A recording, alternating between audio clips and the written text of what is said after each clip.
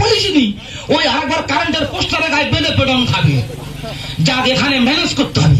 হ্যাঁ বলছি ম্যাডাম, ওই প্রতিমার পিছন দিকটা ছেঁড়া কেন? তাহলে তো বিস্তারিত কিছু বলতে হয়। বলো। বলছি আমরা মানুষ, আমরা হামাম করে ভাত পান্তা খাই। আচ্ছা, ঠাকুরও এক ধরনের মানুষ। ওরা ওই ফলমূল খায়, খাওয়ার পরটা গরম লাগে, উদ্গন্ডি ভাব আসে। তাহলে আমার হাওয়া কোথায় পাবে? হাওয়া কোথায় পাবে? সব তো প্যান্ডেল কভার করা। আমি বলি যা কোনো প্যান্ডেল ওরা করেনি, আমি তাই করে দেখাবো। আচ্ছা, বলে ওই প্রতিমার পিছন দিকটা একটা গাবলার মতো ছাড়া রেখে দিয়েছি। আমি আমার জীবনে প্রথম শুনলাম যে ঠাকুরও মানুষ, তারাও ফলমূল খায়। ও আচ্ছা, জেনে তোমার টেনশন করতে হবে না। তুমি আমার কাছে শুনে এসো, তোমার পেমেন্টটা আমি দিয়ে দেবো। এটা জোরে আরো ভালো নাকি? এই যে ডাক্তার